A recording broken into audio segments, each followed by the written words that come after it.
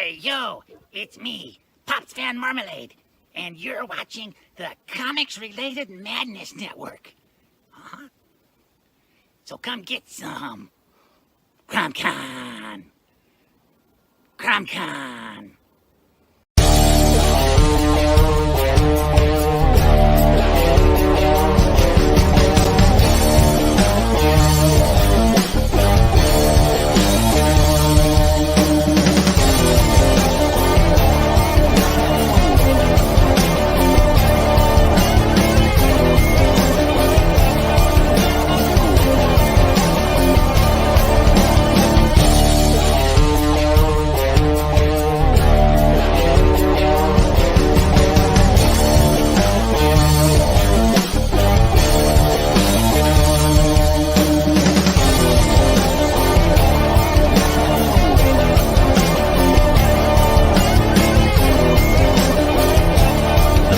Entertainment Group presents the Madness Comic Network with original programming and additional comic-related content. Hey, we want to shout out to our sponsors, Daytona Beach Comic Con. If you are a fan of comic books, if you're a fan of comic book conventions, and if you like meeting comic book creators and getting comics and comic-related stuff, then you need to make your plans to attend Daytona Beach Comic Con. This year's show is September 9th and 10th. Silverline will be there, so you should make your plans to be there too. We'll see you there. If you like comics and find yourself in the Orlando, Florida area, doesn't everyone come to Orlando at some point in time to see the House of Mouse? But when you're here, you need to make it a point to visit Coliseum of Comics, especially the one on East Colonial Drive. They carry Silverline Comics, even a limited edition Coliseum of Comics version of our comics. So, when you go, be sure to ask for Silverline Comics and tell them we sent you. OCD stands for Orlando Collector Deviants. OCD, Steve and Trish, they're a family of geeks who promote geek things, particularly those around the Orlando, Florida area. They're big supporters of Silverline, and we think you should be supporters of theirs too. Go give them some love. If you are an independent comic book maker and you need to get your independent comics made, you need to look no further than Kablam Digital Printing. They print our books, and they do a bang-up job. They're not only trusted by Silverline, but many, many independent comic book makers. Head on over to kablam.com and see for yourself just how easy it is to have your comic printed by them. And tell them Silverline sent you. Hi, this is Tim TK, host of That Silverline Show on Tuesday. Join us at 11 p.m. Eastern, 8 p.m. Pacific every Tuesday night as we discuss pop culture and the joys of making comics. Hi, I'm Barb Kelber, co-host of Silverline's Wednesday Wham. Join us each Wednesday nights as we discuss comics, literature, movies, and anything else that may catch our attention. I'm Roland Mann, and I host Silverline's Silver Sunday. Join me every Sunday at 8 p.m. Eastern as we make mine Silverline.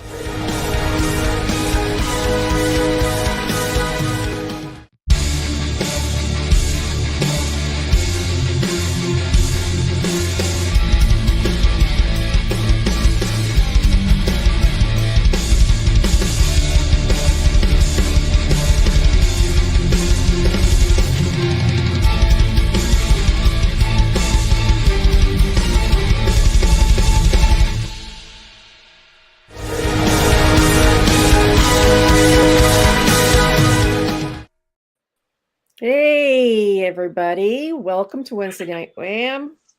We are talking tonight. Oh, first of all, I think we're supposed to introduce ourselves. I'm Barb Kelberg, inker, colorist, writer of Divinity, as you can see up here, and CFO of Silverline. Martin?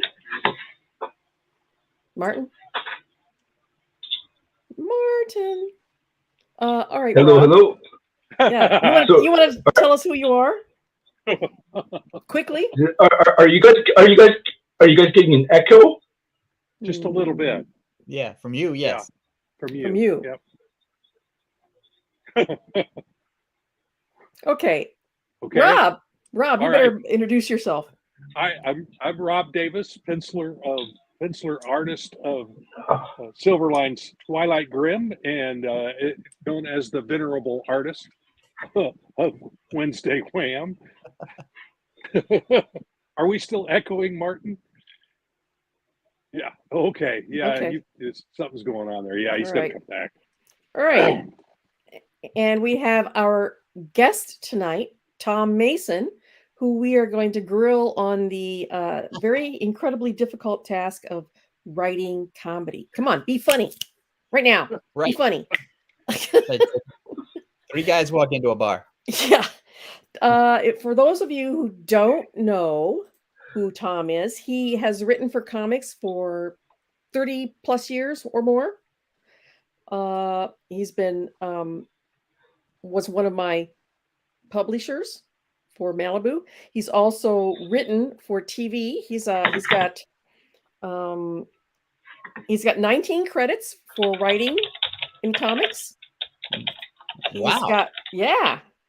We've got 3 producer credits and 1 credit for story editing. And you've been a part of an award-winning teams. You've got his teams. He's been on teams that have gotten 2 nominations and 1 Daytime Emmy Award. So Yes. very, very good. If you want to know what he's worked on, he's best known for Malcolm in the Middle, but he's also done 48 episodes of SuperNormal cartoon, and also Dinosaurs For Hire, plus all the other 19 credits that you've got for writing.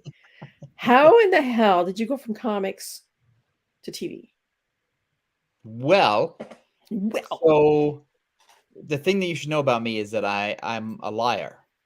Aren't all And- writers? that I'm willing. I won't stretch my own credits necessarily, but if you have a misconception about me that works in my favor, I will not deny that, and I will. Well, that's how I got a job with you. I will support your belief system.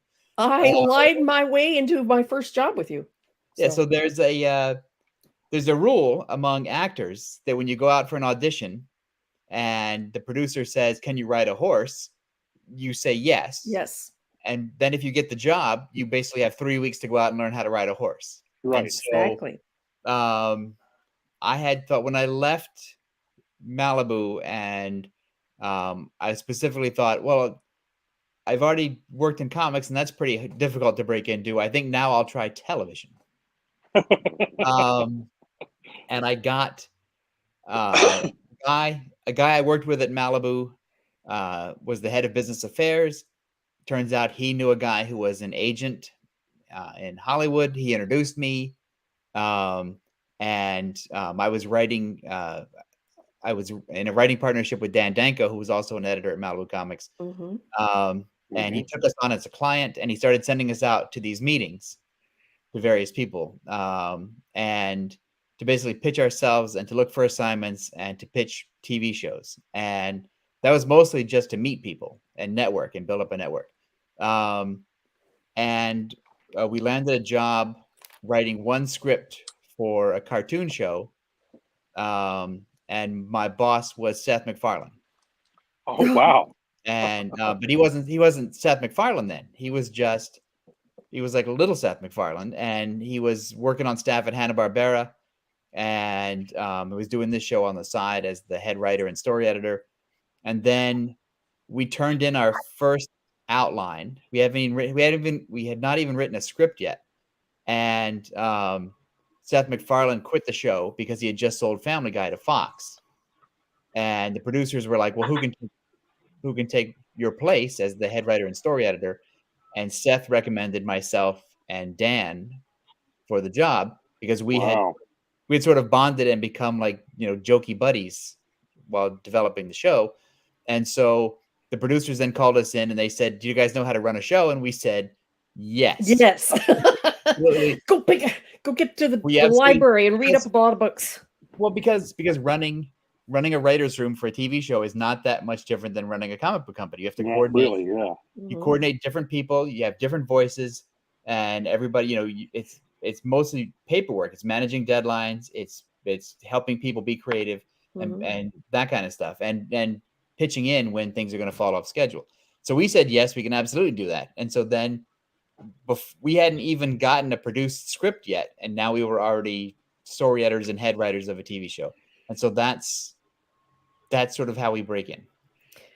And you brought up a great segue to one of the questions that I wanted to ask, and that's how does a writer's room work? Ah, You get a bunch of guys sitting around going, I got a funny one. yes. Well, so a lot depends on the dynamic of the show and who is the boss. Usually the producer is the boss. So on the shows where I usually work, I'm not the producer necessarily. So I'm not the big boss, but there's a big boss, and they'll tell you. So I'll do one show as an example. Dan and I worked on a show called The Fresh Beat Band, which is a live action Nickelodeon musical show. And because when you look at me, you think, oh, live action musical. That's he's the guy. Because again, Nickelodeon said, can you guys do this? And we said, yes. Absolutely. And so, and we were on, our writer's room was basically myself and Dan, and I forget the breakdown. We were either the head writers or the story editor, and there was another person who was whatever we weren't. So if we were the head writers, she was the story editor, or if she was the head writer, then we were the story editors. But it's basically the same. It's the same job. Wow. And so our job was to come up with ideas to pitch to the producers that the producers would think would be right for the show.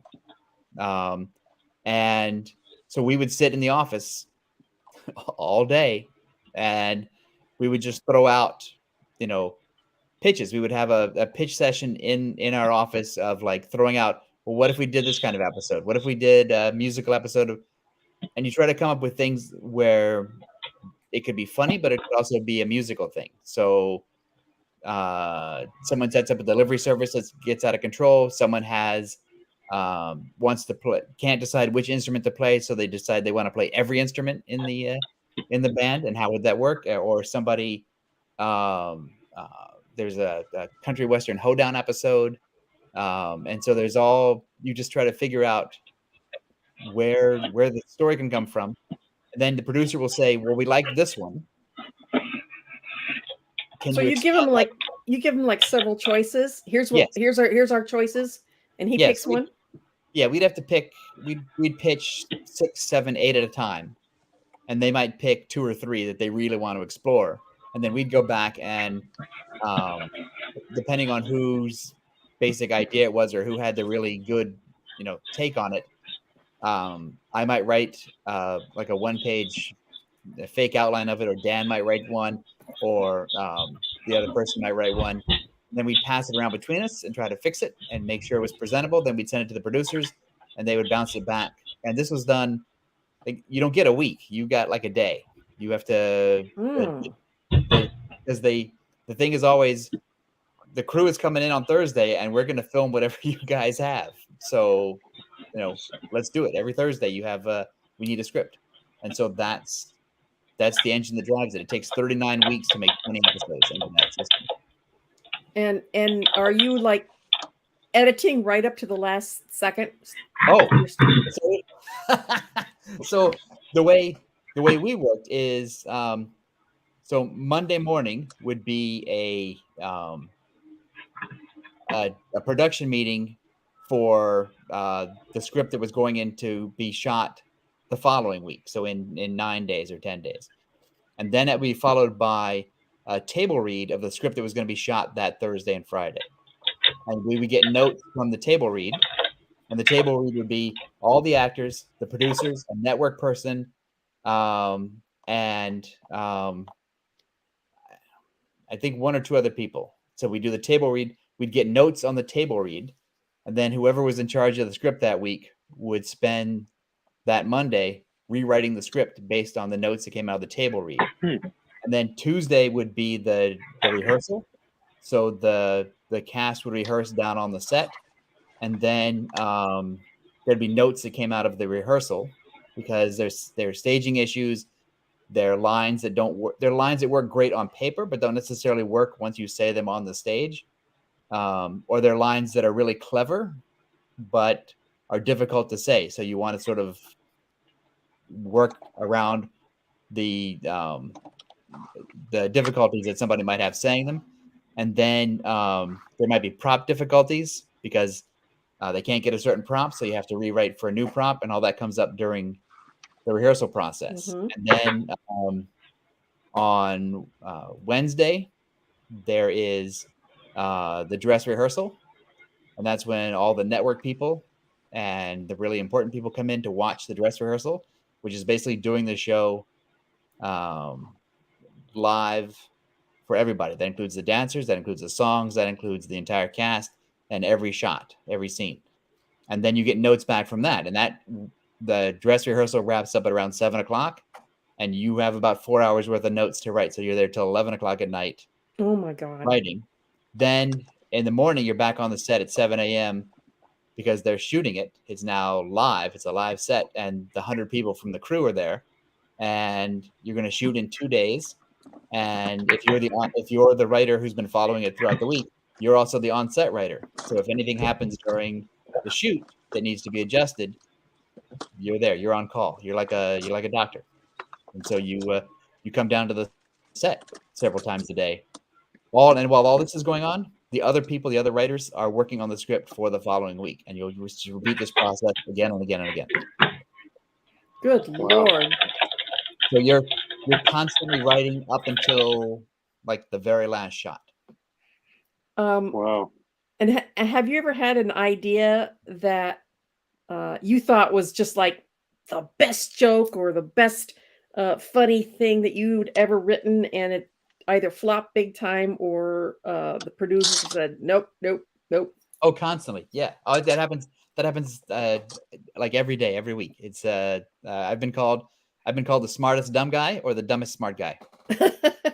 Because I was on one of the shows, we pitched an episode with a monkey. And monkeys are terrible to work with. They're awful. And I feel bad for any show that has to use an actual live monkey. But we were sitting in this is one of my great favorite Hollywood stories, although it may only resonate with me. The producer said, we need an idea for the last episode. And the producer said, just give me anything. I just need, ideas. Give me a show with this, give me a show with that. Give me a show with a monkey. I don't care. Just give me something. So we go away, we come back, we repitch some stuff, and one of them is an episode that has a monkey in it. And he was under a lot of stress, I think, because he hit the roof and said, how could you guys give me an episode with a monkey in it? We can't do a monkey. Monkey is a terrible thing. Monkeys don't behave. They cause delays. They cost money. It's they fling their poo. Right. Why would you be so stupid to give me a monkey idea? Well, somebody might have said, give me a monkey idea. And so we went back, chastised, and we came back with a different episode. And the next season, when we were not on the show, they did a monkey episode. So, why am I not surprised? Right? Wow. Do you find inspiration in everyday life that you got to stop and jot something down, little notes to yourself, like, oh, that was funny. Here's a funny idea. Yes, but when you're working on a show like that, like the Fresh Beat Band, you are really living inside the show 24 hours a day. So you're not really out. You're not out at the coffee shop observing things like some sort of dilettante writer who's just sitting there going, oh, I think I'll observe that person walking across the street today and see what funny things they do. You don't really get that chance because you're wrapped up in the show. But when you're not in the show, I do that all the time, and I keep a little. I record some stuff on my phone because I have an app that lets me write stuff on it. Mm-hmm. But I also keep a notebook with me because sometimes that's just faster, and I will jot stuff down. And I don't know where I'll use it or what I'll use it for. It could just be a funny name. It could be a funny street sign. It could just be a funny idea. But I'll save it. I'll file it away because somewhere along the lines that will be useful, and it will sort of remind me of the folly of daily life. Yeah, I have. Oh, go ahead. Oh, I was just going to say. So now, if you're living inside the show for 24/7, is there a danger of becoming somewhat institutionalized? And the reason I ask that is, I went to an animation studio and we met the writers, and so the writers were kind of huddled in their little corner, trying to come up with funny ideas, but they were so wrapped up in their world that it was like the rest of the world didn't exist, and it was a very peculiar kind of so like we were like an affront to them by coming into their space. And it was a very bizarre. So they thought they were the funniest people on the planet. They thought they were the greatest things, but it was just these three guys or three or four people who were just sitting there cracking jokes and trying to come up with ideas. But you were like, you got a sense that they had been disconnected from reality. Can that happen? That kind of institutionalized. Okay. Okay. Yeah, I try.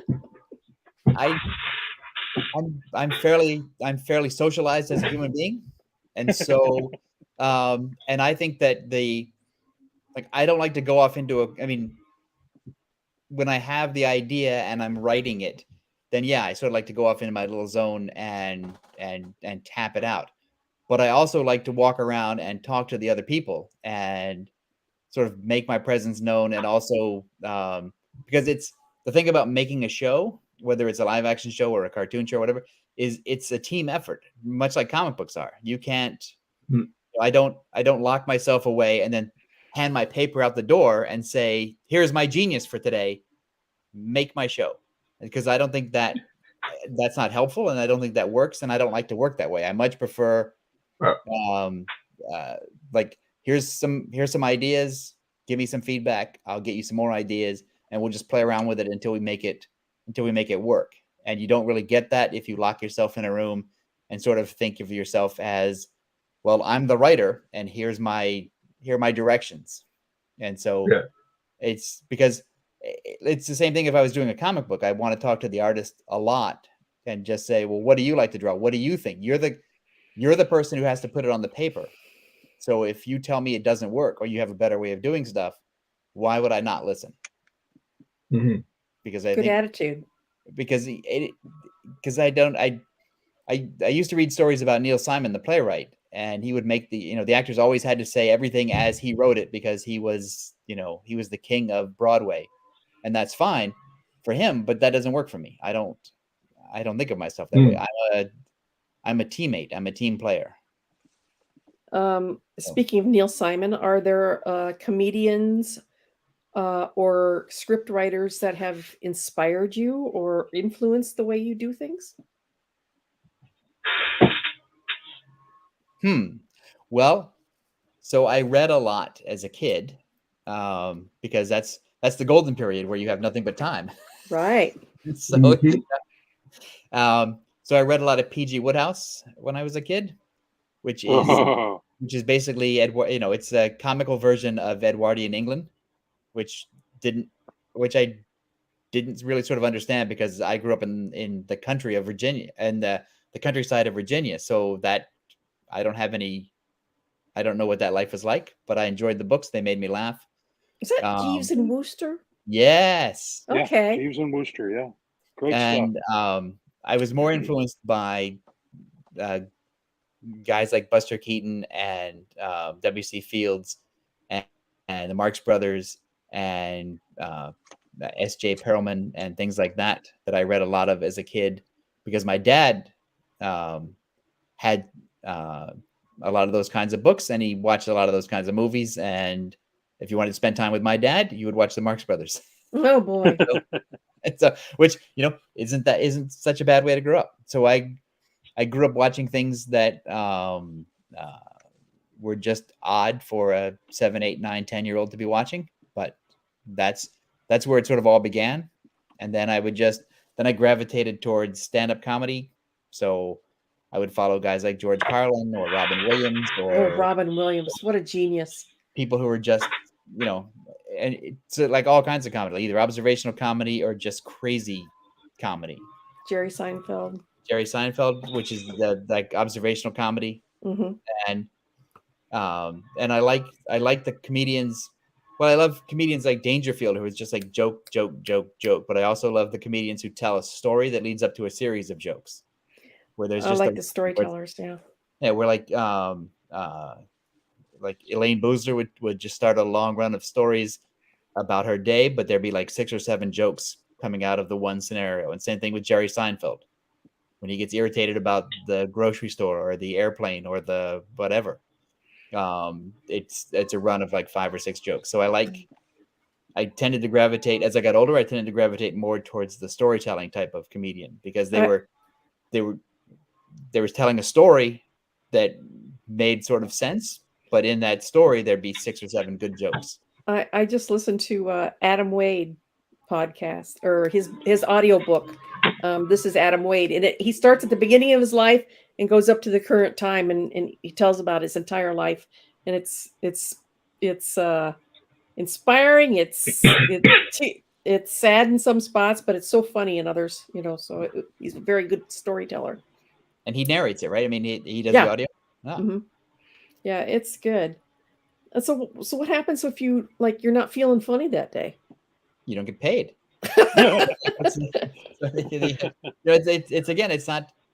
It's not the thing where it's like, oh, I don't feel creative today, I'm not going to write. It's more like, well, I'm going to write every day. Because the thing is, if you work, it's like drawing. If you draw every day, you always will be drawing.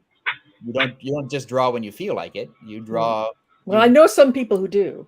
Right, but they I never don't make their deadlines, though. Right, and I don't think that works. It's like, I don't feel inspired today. Well, figure out how to get inspired and sit down. And I, for a number of years, I used to hang out with Gil Kane.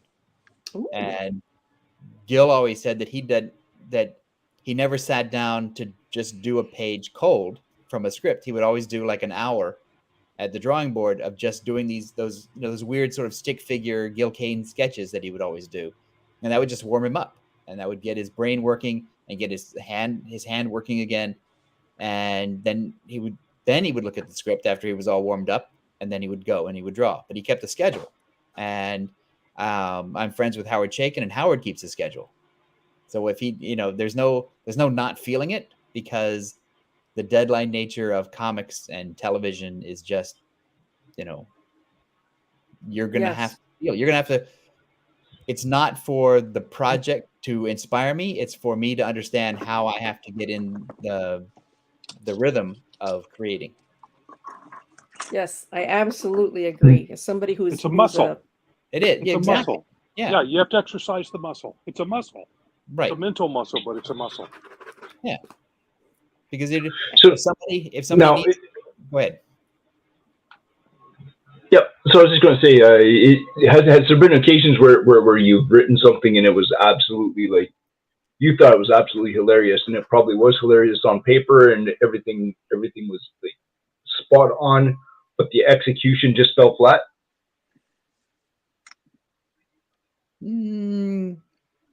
Yes. And then, but you try to figure, you sort of become mature enough over time that you try to figure out how to fix it. And so you sort of have to look at it. You have to look at it. Yeah. It's not like, oh, they ruined my joke, because what kind of insult is that? That's nothing. It's more like, well, that didn't work. And then try to figure out why that didn't work and then fix it. It's not, oh, you should tell the joke louder. That'll make it funnier. It's more like, you need to draw funnier to make it work. That's not, I don't believe in that. It's more like, okay, well, this didn't work, so now I got to figure out why it didn't work, or just change it. It's like when a producer comes back to me and says, I don't think it's funny, or I don't understand this joke. I don't argue the point and say, well, obviously you're stupid, you don't get the joke, because the joke is really this. If you have to explain the joke, then you failed. Yeah, yep. You just basically go, okay, I don't like that joke. And if you're like me, in a sense, I don't have one joke, I have like 10 jokes. And so I'll find another one. I used to work on a show, and they would record when I was on the West Coast, they would record on the East Coast in Toronto. So at 9 o'clock in the morning, they would start recording. They would break for lunch at noon. They would send me a list of the jokes that didn't work. These jokes didn't work in the recording studio. We need 6 different jokes for each one.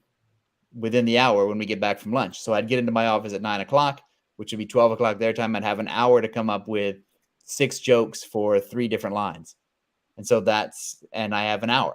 And so they depend on that, and I don't want to let them down. So you come up with jokes. My mind would just go blue screen. Well,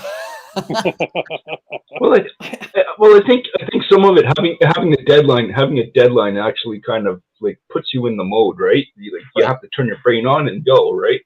Well, so the deadline is one of the biggest things that helps. And it's a deadline with consequences. Like if you don't do it, the producer is going to be upset with you, and they're not going to have anything good to record when they get back, and they're paying for the recording time. So it's a ball that rolls downhill if you don't catch it. And so you have to do it. And I actually love it. I sort of thrive on it, where it's like, oh, good. I didn't like that joke anyway. So it's like, this is, I'll come up with 6 more. And that's amazing. So as a follow-up, so did it ever get to the point where you, like, the show actually got executed, and then the feedback for the show was like, well, that was abysmal? Well, I mean, do I get bad reviews? Do people not like my work? So the reason why I kind of bring that up is that I've seen shows where you see the show, and for some reason it's like it's offbeat, right? It's like not quite hitting on all cylinders. You can see the brilliance behind it. You can see that there's something, like, you can see the underlying thing there, but for some reason there's just that one little thing that's tiny little bit off, and it throws the whole production. So you're kind of like, okay, this is supposed to be funny. I can see how it's supposed to be funny, but everything's a little bit out, right?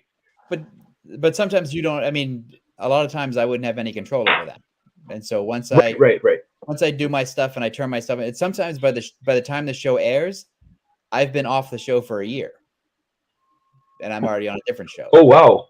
Because it's a cartoon show, so they're working the way I would write the script and turn it in, and they would record the voices, and then they would turn it over to the animation studios, and then by then the producer runs the show, and so I'm usually gone by then. And so I don't have day-to-day control, which is fine. But so I wouldn't be able to tell where it fell apart. It could be my not understanding the limitations of the budget. It could be my not understanding how the joke would eventually look as it was drawn or animated, or I couldn't, or they had to cut the budget, so the things that would have made the joke work are not in the shot. So it could be any number of things that are way out of my control. All I can control is what the words are. Tell us a little bit about being on the award-winning team with Dan Danko for their 2009 Daytime Emmy for outstanding writing on Word World. Yeah. So that was so that's another thing where it's just a team. It's like sometimes your episode is submitted individually for some sort of special achievement, then you would get a solo award. But I've always worked on shows where it's a team of people. And so the show got the award for sort of the overall writing, which doesn't get separated out for individuals. And there were, I think Dan and I were story editors, and there was a head writer, and there was a producer who was day-to-day giving There's notes. 6 people listed. Yeah. And so I think 2 of those were producers. 3 of us were writers. One of us was an executive producer or the show creator. And so it's hard. You get to a point where I don't know who wrote that line. Yes, that script has my name on it, but I got notes from 6 or 7 different people. So I don't remember whose joke that is. I don't remember who wanted the talking duck to say that. But what about that particular episode made it so great? Well, you mean to get the Emmy? Yeah. Well, it was for the whole. It was for the show as a whole. The show as a whole. Right. And so So, and I could have But paid. still, did you get a little Emmy to sit on your shelf? Well, here's the thing: you don't get an Emmy. You could buy an Emmy. So if you, Oh, wow. so if you are, if you win the Emmy, they send you a form, and the form will say you could get a certificate for $50, or they'll send you one of those fancy, or they'll send you one of the Wow. the fancy. So That's a scam and a half. in 2009, anyway, the fancy statuette was $475. Jesus. And if you wanted to attend the ceremony and get up on stage, then the producers would have to buy a table for the dinner, and the table was like 10 grand. And so Jesus. That puts a whole different light on the Emmy Awards, doesn't yeah, it? it does. And so I What a so scam. I was sort of stunned. I thought I would get, I won something. And when you win, they don't charge you for your baseball trophy or your basketball trophy or your Super Bowl ring. I thought somebody would show up at my door with a box, and I would pull that thing out and I would put that on my mantle. But when they wanted $475 for it, I was like, I don't need that. Thanks. What a scam. Yeah, I still have the letter. I still have the form. Well, yeah, frame that. And so So what do they do for the Oscars? I wouldn't even Well, want to guess. But I think those are. I don't think the actors pay for that. No, those are probably paid for by the studios. Yeah, I would think. Yeah, because that's that's part where of the money perk. is. Yeah. But daytime Emmy is Wow. Yeah, General Hospital, Days of Our Lives. Yeah, because if I had the Emmy statue, I would put it back here, and I would make sure that everybody saw it. And if ever there was a dispute, Well, if you spent $400 on it, hell yeah, you put it where listening, everybody can see it. I would want to mount it on the hood of my Mazda. I would just say, "Here's Yeah. Just ask Rob to draw one for you for $100. That's right. No, for him, I'd do it for nothing. That's Tom is one of the reasons that I had the career I did at comics. So yeah, yeah, I me would. too. I would. Draw Although I it lied my go. way in. for nothing. yeah. Yeah. But There you go. The thing about lying your way in, though, it's for an artist. It really doesn't matter. I mean, you could lie or not lie because the paper is what tells the truth. Yeah. This is true.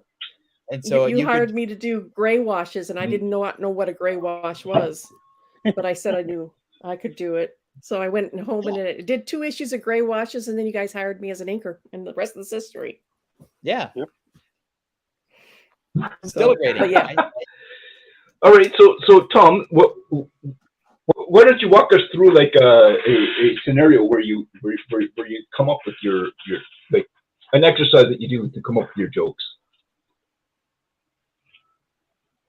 Wow.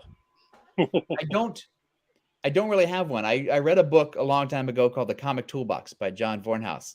And he basically taught you how to think. And so it's really more like, so even if my script is stupid and it's like a talking detective squirrel or whatever, which sounds stupid, there's still a character based for the squirrel and what the squirrel will do and not do or whatever. And so I try to think of things that he will say or do in a certain situation. And you just sort of like, I don't have the dialogue at the first draft. I don't have the dialogue at the second draft. I just keep building it like the way an artist builds a page. You sort of, you lay it out, and if the layout doesn't work or you don't like it, you make a different layout and until you get the page the way you want it. And then you pencil it some more, and then I don't know what the actual terms are, but you strengthen the drawing and Tighten it up and make it so that whoever's going to ink it is going to be able to understand what you're saying. And then, you were always making comparisons back to the script and make sure that, you're doing what everybody wants and what you want and what you can bring to it. And then, so you just keep massaging and building it. And so I don't really have the joke or the dialogue until I have a draft that I want to turn into the producer. So I'm constantly massaging it. I'm constantly rewriting the joke. I'm constantly sort of figuring out, and it's that sort of, it's that stupid thing of well, would a talking tree actually say that? And you sort of work. You have to get through- into the mindset. Be Yes. the tree. So Right. it's the method in comedy writing. Yes. The method. Yeah. Okay. Yes, and so you're always massaging. You're always trying to get the joke to work or the dialogue to work. Right. You And see what Roland So- just so said no- there? now, what does he say? I want to says, know what "I kind will-" of tips Tom would give to writers about how to write comedy. Oh, Well, that's it's- yeah. It's the Helps same if you're stuff that I funny. think anybody would say. You got to watch comedy, and so I would watch when I watch movies or sitcoms or whatever. I watch them at least twice if I really like it. Once I just fully immerse myself in whatever I'm watching to The enjoy story. it. Yeah. Regular- You just drink it in.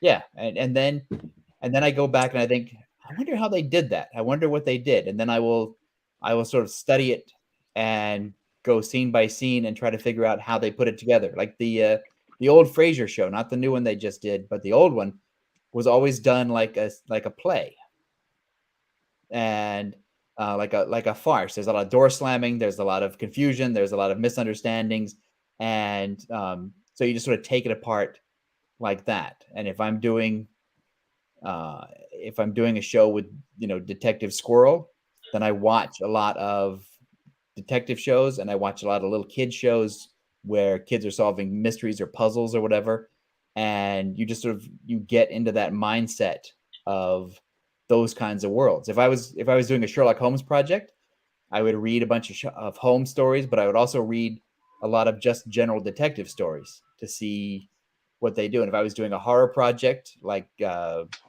Frankenstein or whatever, I would look at a bunch of horror stuff to see, what people were doing. And I would try to immerse myself in all sorts of related material. And if how, I was how does doing, that translate into writing for comics, though? well, I think it gives you structure, and it gives you hopefully it inspires you and gives you some of your own ideas that you can take away. And because I don't necessarily write funny comics, but I write comics that have funny moments. Yes. Because you could take the funny out, and I would still want the story to work. Right. And the funny part is just the direction that I want to go with. Yeah, a throwaway line here or a Right. funny face, there. And I don't want Well, all my characters to be equally funny, because that in Sherlock Holmes has a role and Watson has a role. In Abbott and Costello, Abbott has a role, Costello has a role. They're not the same role. You want and in Dracula has a role, Van Helsing has a role, and so you have to sort of figure out what the role of each character is in the thing you're doing, and assign them that role, and then make sure that they are true to that role. Like Sherlock Holmes Right. isn't going to be the guy that cracks So- jokes. Mm-mm. And then, like, say Generally Martin not. and Lewis. Generally not. Martin was the straight guy, and Jerry Lewis was the prat. Right.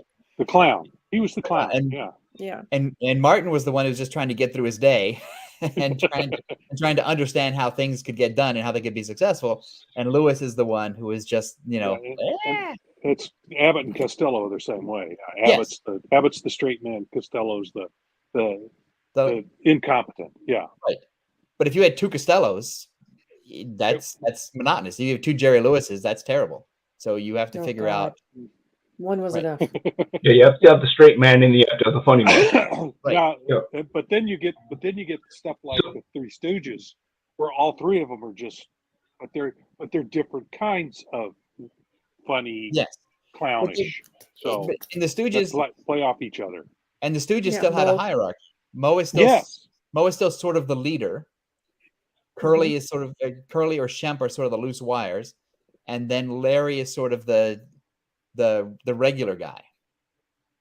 Yeah. And so, Yeah. and they were always paired Nothing. off against an authority figure. Ooh, And so- that's an interest. Yeah. I didn't And think so of that, it that way. yeah, and so that's they're always because it's like the Bugs Bunny thing. It's the Bugs Bunny works better when he's played off against an authority figure. When somebody is trying to take his home away, when somebody's making too much noise, when somebody is hunting him, and so it helps to have some kind of foil. Yeah. I guess this means war. Yes, As Bugs would always say. And Yeah. it's one of the reasons why I think Bugs Bunny works and Woody Woodpecker doesn't work. Is because Bugs Bunny is the supposed victim against an authority figure, and Woody Woodpecker is more like Daffy Duck. He's a jerk. Yes, he is. Yeah, I never liked Woody Woodpecker. And your main character who is a jerk, fighting basically a regular guy, which is what Woody Woodpecker always fought, doesn't always work. They would have to change the dynamic for Woody to be sort of the oppressed funny person.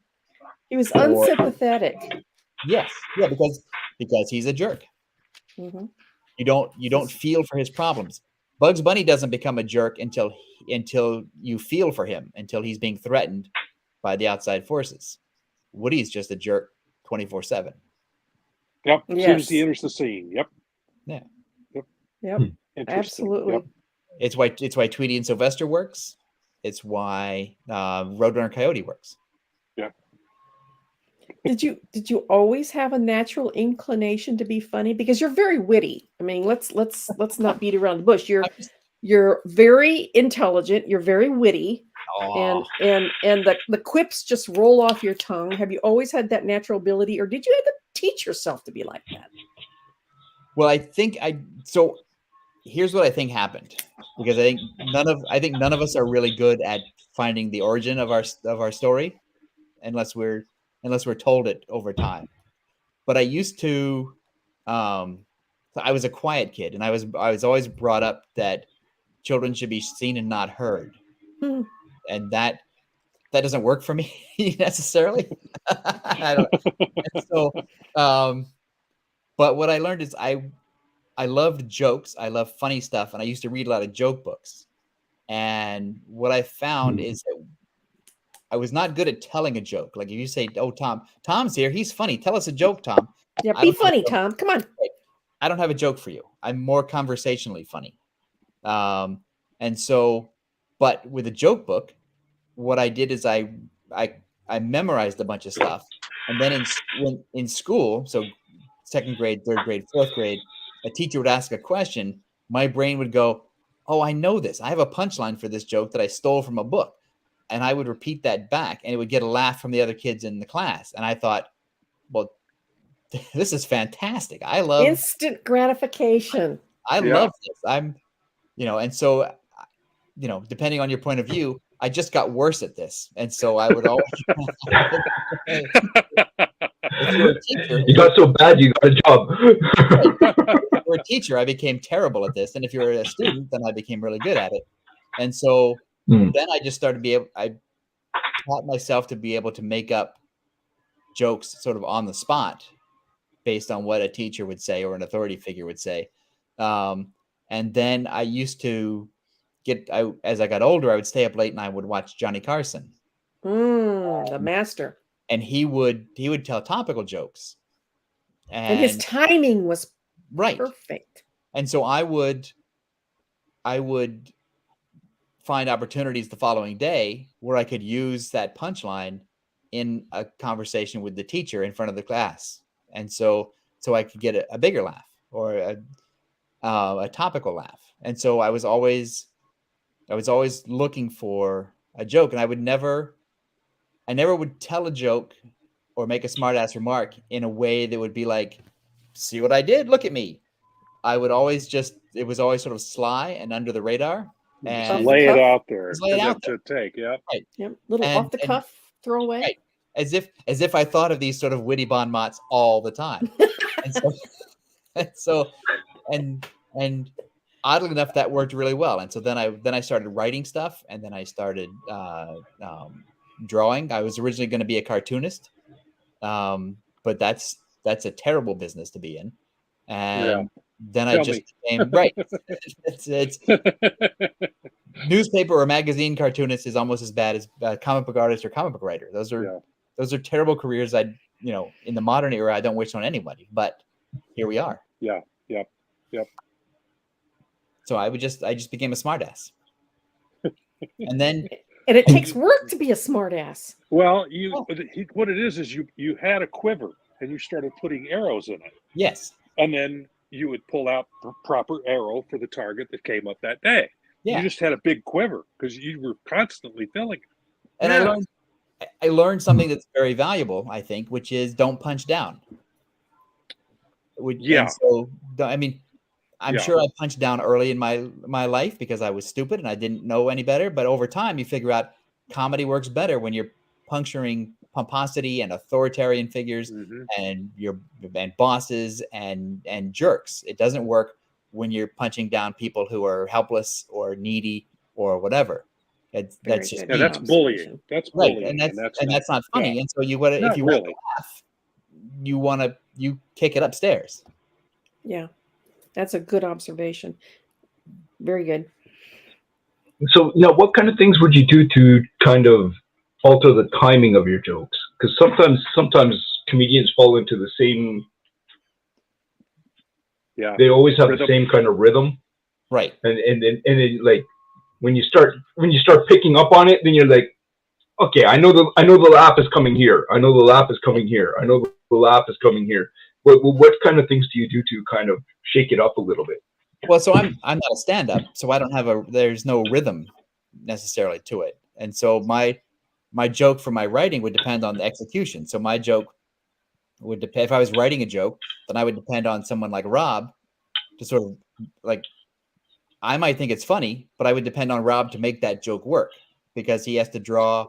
Well, He has then to what draw, if he has to draw. He has to draw the face. He has to draw the expression. He has to draw the reaction or whatever. Oh, And so it becomes at that point it becomes sort of a team where Rob's not my audience. Rob's my conspirator. Yeah.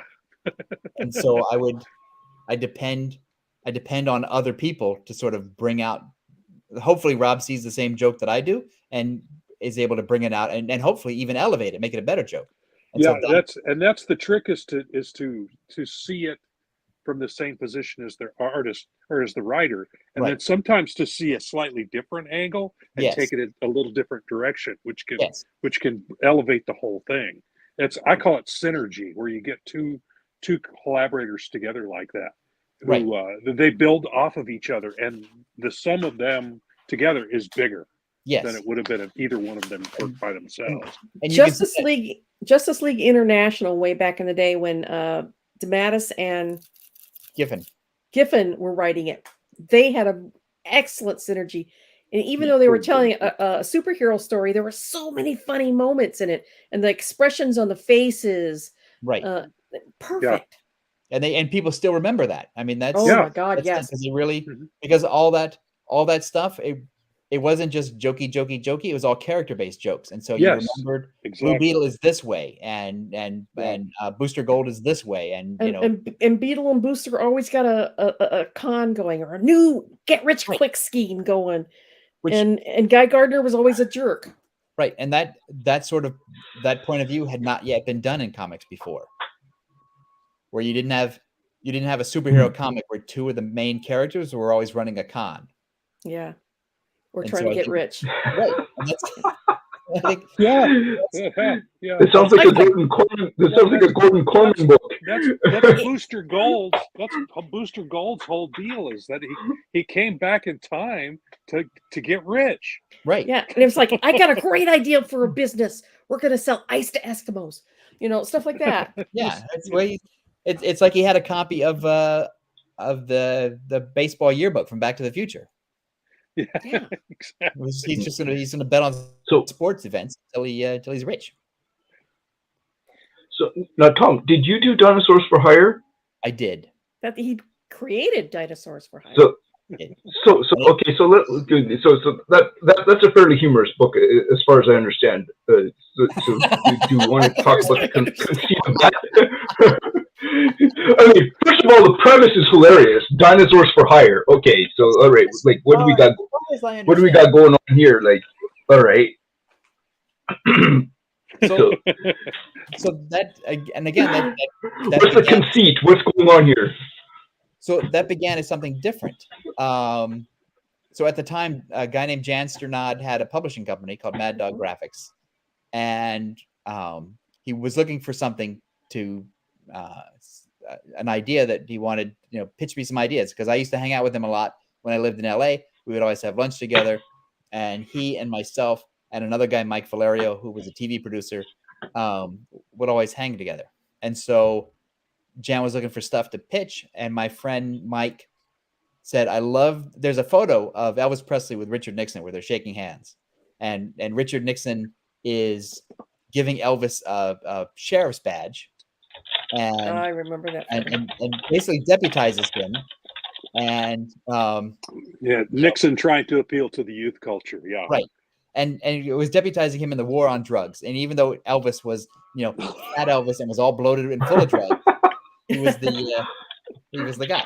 And so there's irony in the photo for people who know, and it's a great iconic photo. And Valerio had this idea of, well, what if Elvis Presley took that seriously? And went out and got himself a police car and started driving around and pulling guys over, and became a sheriff of the government. And so Jan loved the idea. Valerio went off and tried to write it, but he got busy with his actual day job, and asked me if I would step in and take it over. And so I wrote a script called Elvis Undercover, where Elvis took it completely seriously, and but was drug addicted, humorously funny Elvis with a gigantic gun or whatever. And a guy named Don Lomax started drawing it, and a story about it ran in the Los Angeles Times, and Jan Sternad sort of got cold feet, thinking that he might get sued. And as a small independent publisher, the last thing he could do was afford to be sued. So he killed the project, and the rights to Elvis Undercover went back to me. And then you jump ahead a couple of years, and I'm working at Malibu Comics with Dave, and we need a project for the schedule. And I said, well, I've got this thing that's already written called Elvis Undercover, but we probably shouldn't use it because of the same concerns that Jan had. And Dave said, you should just make Elvis a dinosaur. And I said, that's Dave, man. Yes. Yeah, so I don't, just make Elvis a dinosaur. That'll be funny. And so I thought, well, that's a really great idea. And so another thing where it's a team. Yeah, I created Dinosaurs For Hire, but I also didn't create it because Dave gave me the idea of turning Elvis into a dinosaur. And so then overnight, I rewrote the script where the Elvis, I turned him into a dinosaur, and it worked better if I turned him into 3 dinosaurs and made them into a team, because then they could play off each other. So I created 3 dinosaurs, and the script is nearly identical except for all the dinosaur stuff. What were the names of the dinosaurs, just out of curiosity? Archie, Lorenzo, and not Elvis? No. I didn't want any trouble. Shoot, if I'd known there was going to be a quiz, I would have studied harder. So I know it's Archie and Lorenzo, and I forget the other one. Expressive artwork too. I love the art that's on the screen now. That's very, very expressive. So here's what I discovered: is that when you do a book about dinosaurs, everybody calls you up and says, I would like to draw a dinosaur for you. And so that's how I got some of these really cool covers. I believe this is Dale Keown. Oh, yeah, sweet. very, very, very expressive. Right. Yeah, I love it. And it doesn't look like his regular stuff either. It's no. Yeah, that's great. It's line art. So he didn't, and that's Jerry Bingham. Yeah, lovely. Yeah, so I mean, the premise is absolutely bonkers. Dinosaurs with machine guns, right? Well, yeah. So and it got Calvin and Hobbes taken to the max. it got turned into a video game, a side-scrolling video game, and it got optioned by 20th Century Fox to get turned into a cartoon show, and that was that was an unhealthy experience. That's too bad. They kept. I don't know if we want to go down this path, but sure, why not? they kept trying to redevelop it as a Teenage Mutant Ninja Turtles show. And then they would call me in and they would say, we keep trying to make this into the Turtles show and it's not working. And I would tell them, well, that's because it's not the Turtles show. It's much more adult and the humor is much more adult. And the laughs come from that. And if you take all that down and make it for 6-year-olds or 7-year-olds, then it's not Dinosaurs For Hire anymore. It's just 3 dinosaurs arguing about brushing their teeth and eating pizza and, driving around town. And so eventually the option lapsed. And I have some really terrible art designs that they did as to turn it into some sort of weird Teenage Mutant Ninja Turtles animation show. So I'm sort of glad it died, but it died for all the right reasons. Now, did this come out around the same time as something like Cadillacs and Dinosaurs, or would you consider that a competing comic? I don't, because it's totally different. That was like a 1950s era set in a dinosaur world, and my dinosaurs were set in the modern era, and they were hanging out, they were fighting crime, and they were solving mysteries, and they were beating the crap. And your dinosaurs were actually like humanoids, whereas the Cadillacs and Dinosaurs, it was just happened to be dinosaurs. Yeah. They were hungry. They wanted to eat the good-looking gal with the tatas. As dinosaurs will She's do. the only one that could get away with that. Who's on here tonight, I believe. That's right. I'm never afraid to go there. Thank you. Thank you. Well, all right. This has been fun. It really has been, because that's one of the hardest things to do is writing comedy, and any comic writer will tell you that. Any writer will tell you that. And if you have to tell people that this is where you're supposed to laugh, you have failed. I've been listening to audiobooks forever, and there's there's one I was listening to a couple months ago where they said, they had a humorous part, or supposed to be humorous part in the story, and then the characters, they have to write in, and they all laughed. Oh, and no. I'm like, all right, if you have to tell us that the characters are laughing, it's not funny. That's horrible writing. It's harder to write actual comedy in comics, just because so many things in movies or television aren't duplicatable in comics. So you have to depend on, you really want to figure out, like, I wouldn't write something that I thought was funny and just give it to an artist. I would really want to figure out who my artist is and what their strengths were, and then try to write to their strengths so that they could build the funny with me. And so that would be, and it has to be more visual humor than although you can do both, but the strength of it will be in the visuals. Yes, I would think. And you can't. You have a hard time, I think, with slapstick comedy sometimes, and you have, not you, Rob, specifically, but just in comics in general, to do slapstick comedy, and you don't want to be too verbal. Like, you don't want to have, like, set up joke, set up joke, set up joke. So you can't be like an episode of Friends. And so you just you have to find a rhythm and a balance with the people on your team. Yeah, you can do a certain amount of slapstick, but it's hard to pull off. Yes, visually, but it can be done, but it would get old after a while too. You wouldn't want to constantly do it. Thor movie comes to mind with Takai Waititi. Is that his name? Yes. Yeah. It was so overdone. Takes it a little too far. Yeah, he takes it a little too far. He took it way too far. It was like, this is too slapstick. This is a reference that only I will get. But in the old Gold Key comics, when they would do a Roadrunner Coyote comic book, they couldn't reproduce the jokes as they were in the Chuck Jones cartoons. So they had the Roadrunner be a domestic character with family and kids, and he talked. And so it's different, but it's the same character. But that's how they had to translate it in. That's how they had to translate an essentially visual cartoon into an actual comic book. Yeah, I remember reading some of those and thinking, this doesn't work. Right, it doesn't. But it didn't work at all. Talking Roadrunner.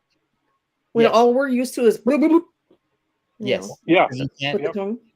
it's hard to Well, get that. and the coyote doesn't speak most of the time either. You're essentially watching a silent movie when Yes. you watch Mhm. the Coyote Roadrunner things, Yes. and that's You're hard only to getting translate sound into effects. comics. You're And only getting sound it would effects. get really old after a while because there's only so many times you can do that kind of visual slapstick in comics and get away with it. Yeah. So yeah, that's probably why they went that way. But I would it I would doesn't think work. I would think if you're doing in a comic book basically once a story, so once an issue, Hmm. would be your big slapstick set piece. Right. And then You'd be a lot of setup, Right. and So- then boom, and then maybe a denouement or something Yeah. shortly after that. But that's it. 'cause So a the- couple comics that come to mind for slapstick, like Gru, yes. and Spy versus Spy. Yes. So Sergio is the special case yes. because Yes. he's Sergio, Sergio's always Yeah. been a special case.